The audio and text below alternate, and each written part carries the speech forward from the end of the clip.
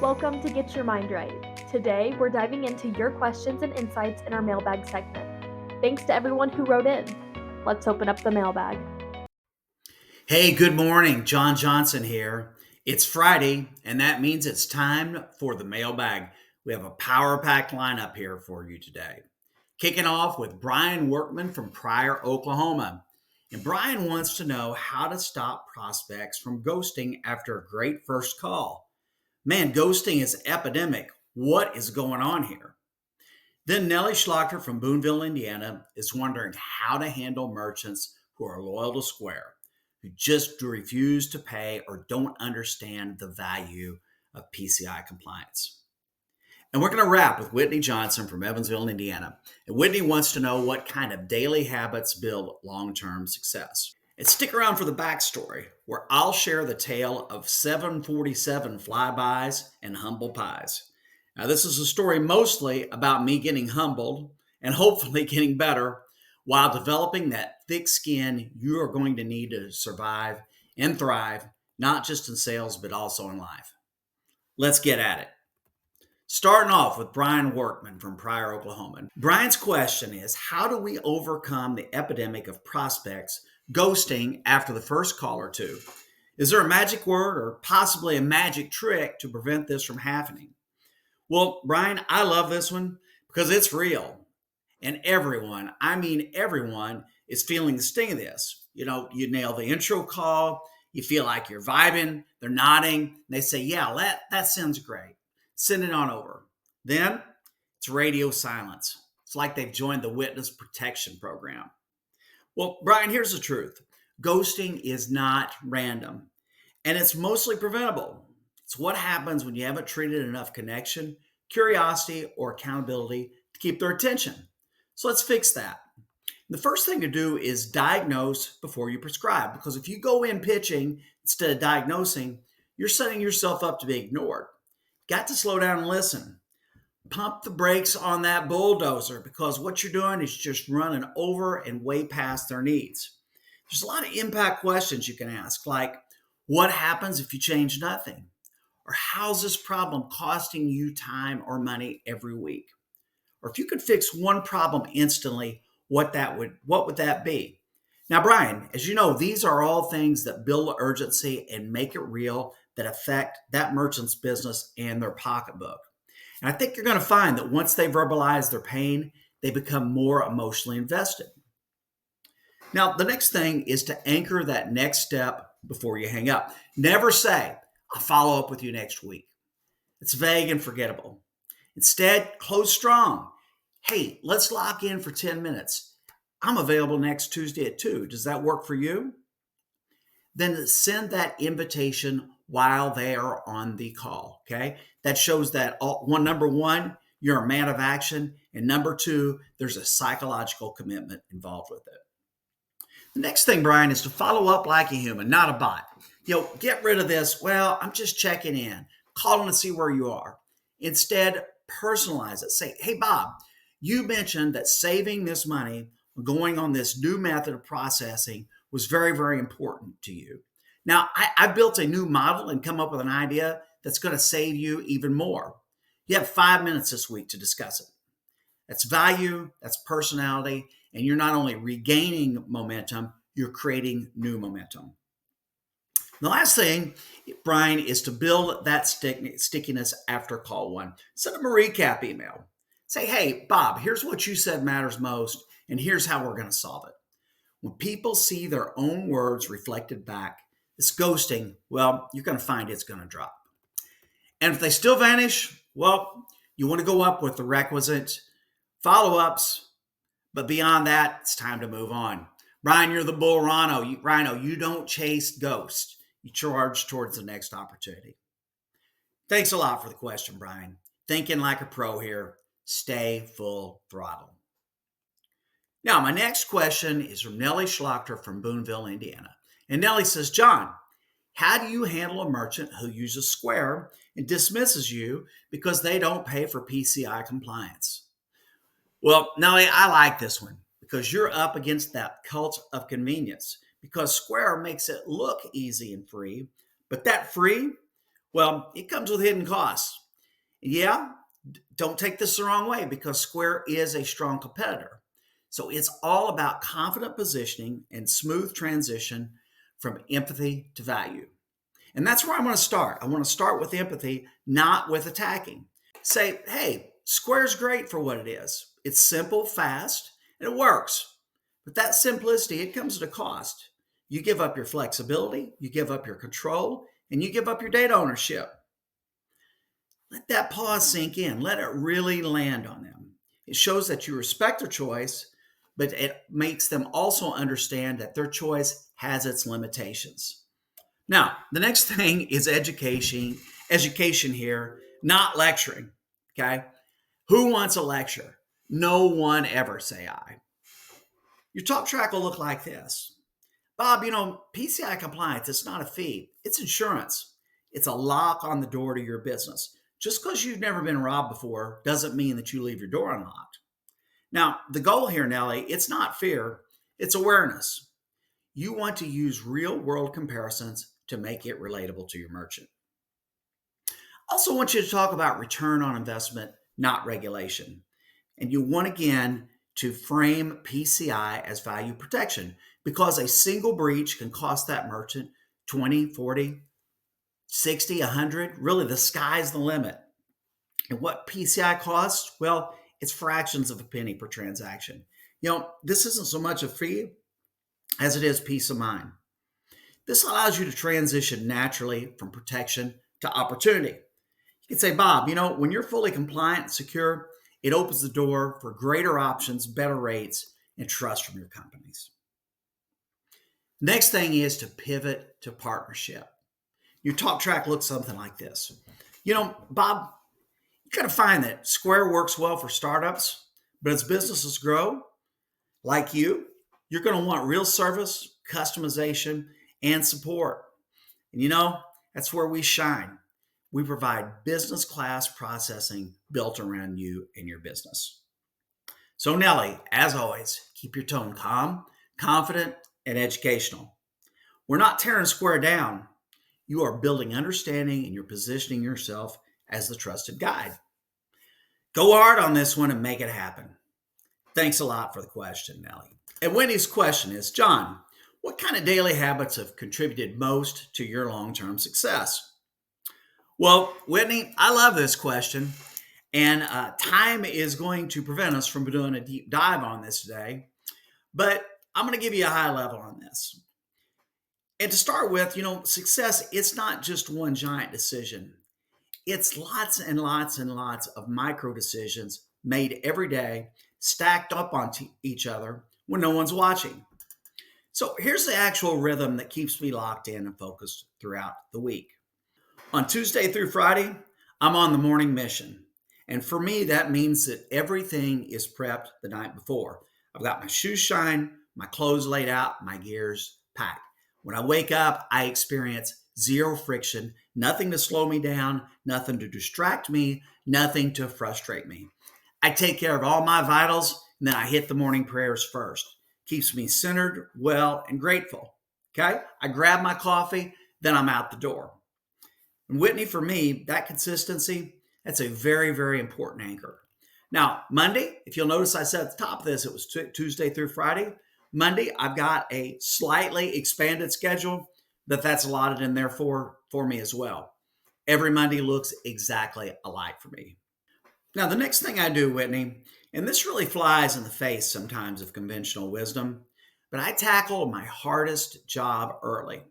If I have something uncomfortable or unpleasant, I schedule that to be first on the runway in the morning. Now, what I find is that the dread that I have of approaching this unpleasant task, it's almost always worse than the task itself. And knocking it out early gets it out of the way and gives me momentum and a mental edge. If I tackled this first thing first and it was hard and I got through it and I got through it well, the rest of the day is going to be a cakewalk for me. The next thing I like to do is to plan my week out. And for me, this means call blocks. I schedule call blocks every day, not just for meetings, not just for follow-up, but for work items. I used to put these work items, not scheduled time for them, but just put them in the margins of my time. And guess what? Those margins of your time, they never get caught up. I find that when I schedule work blocks to schedule tasks, even if my calendar's filled up for that week, that gives me optimum flexibility. Things always come up. You're going to have something more important come up or an emergency come up. But when you've prioritized for that week, it's very, very easy to take that least important thing and push it off to the next week. Now, the next thing you're going to find, this took me a number of years in my professional life to really figure it out. But these are what I call mind and body checks. And for me, that means I stay very mindful of food, water, and my supplements. Energy management is a part of performance management. It's extremely important. Now, on the weekends, that's preview time for me because before the next week starts, I'm going to spend that week in review. It's not a lot of time, but I want to find out what went right, what went wrong. I want to see my wins and my losses and what's coming. It keeps me proactive instead of reactive. And once again, when I start Monday morning, I've already got the decks all cleared. My week's laid out. I know exactly what's in front of me. Now, what this routine does for me, it gives me rhythm and control. And you're going to find when you control your rhythm, you also control your results. The game rewards consistency because when you're consistent, intensity will flow naturally because you are executing with purpose. So my advice to you is rise and grind. Embrace it, love it, live it. This is a journey. Never stop assessing and improving. Keep adjusting as you grow because the goal, it's not perfection. It's progress stacked up daily. And over time, these little bitty stacks, well, they're going to turn into one great big stack. So thank you, Whitney, and you keep standing on your business. And now for the backstory. Welcome to the backstory, where I take a step back before we move forward. Each week, I share moments that shape me, whether it's my time as a sales rep, my journey as a dad, experiences I had, stories I've learned, or the curiosity that's followed me since childhood. Because every lesson learned today, well, there's usually a story worth telling behind it. Let's get into it. And today's backstory is titled 747 Flybys and Humble Pies. Now, for you folks that listen in regularly, there is a long list of people who have shaped my sales career. But there's one name that stands out like a bold font in an email full of fine print. And her name is Kelly. Now, I grew up in telecom.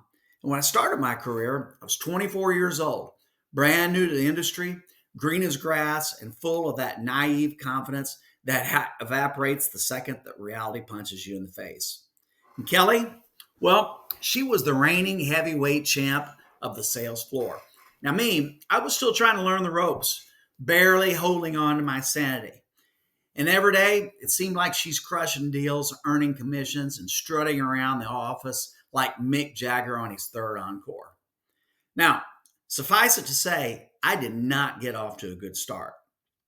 One afternoon, after yet another deal fell through for me, I pushed my chair out into the cubicle hallway, and I slumped over and licking my wounds when here comes Kelly rounding the corner. She got an order form in her hand and a grin that could light up a city. She comes to a screeching halt right in front of me, cocks her head, and said, "Rough day again, huh, Johnson?" "Aw." Before I could even answer, she lifts that order form high, like it's Simba being blessed before the sun, and she does a full 747 flyby right past my face, arms extended with sound effects. Drags the order package across my face, makes sounds as she turns and banks and adjusts her wings on the other lap. And then another lap. 3 total. By the way, she dragged that order package across my face all 3 times. Front and back. I'm sitting there blinking like, you gotta be kidding me. Now, this company I work for, good, bad, or indifferent, this was part of the culture. Kelly's 747 impression brought a roar from the crowd. They'd have been happy for a dozen or even 2 dozen flybys.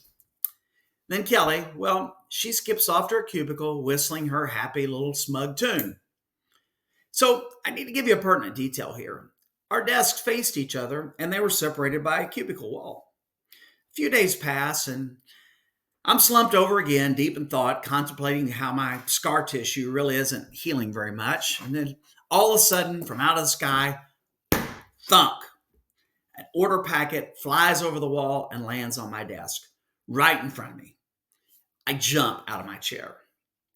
Hey, Johnson, she calls. Since you're not doing much, will you want to fill this out for me? I'll give you a couple of bucks if you do. Absolutely brutal. Now, this, of course, is followed by rowdy laughter from the red meat eaters and more happy tunes being smugly whistled by Kelly. But you know what? Here's the thing. I needed that. Now, I certainly did not know that or get that at the time, but I did need that. Now, Kelly wasn't necessarily being cruel. She was teaching me something that every young rep needs to learn. This is, in fact, the jungle. You cannot crumble every time someone scores before you do. You can't fold when the floor gets loud or you're the subject of heckling. You got to get thick-skinned or you got to get gone, my friend. Because you see, the greats, they don't avoid friction. They feed on it. Every jab, every setback, every embarrassing flyby. It is fuel to them. Took me a long time to figure that out. Now, Kelly, she toughened me up. She taught me that what we do is a contact sport, and the only way to survive is to get tougher or you can get hurt. Now, years later, I realized something. This push I got from her, there was nothing pleasant about it. But once again, I needed it. Because you know what? You don't grow in comfort. You don't grow in applause. You grow when someone does a humiliating 747 flyby over your undeserving pride and forces you to face the truth, and in my case, the ugly truth. So, next time you're getting ghosted or a client shrugs off your value pitch or your habits feel like they're not paying off, remember Kelly and think about that flyby. Because the pain, the pressure, and a little humility, you can use it. You can make it your recipe for real success. Now, there is a happy end to the story here because Kelly and I are good friends to this very day. As you might guess, she has enjoyed a terrific career and is a fantastic mom and wife. Now, she's tagged here in this link if you're watching on LinkedIn. And if you meet her, be assured that she has slightly different memories of these tales than do I. Either way, here's to you, Kelly. So today, let's recap. Our friend Brian from Pryor, Oklahoma, taught us to stop bulldozing and start diagnosing. And Nellie reminds us that education beats argument every time. And Whitney showed us that consistency can be a true superpower.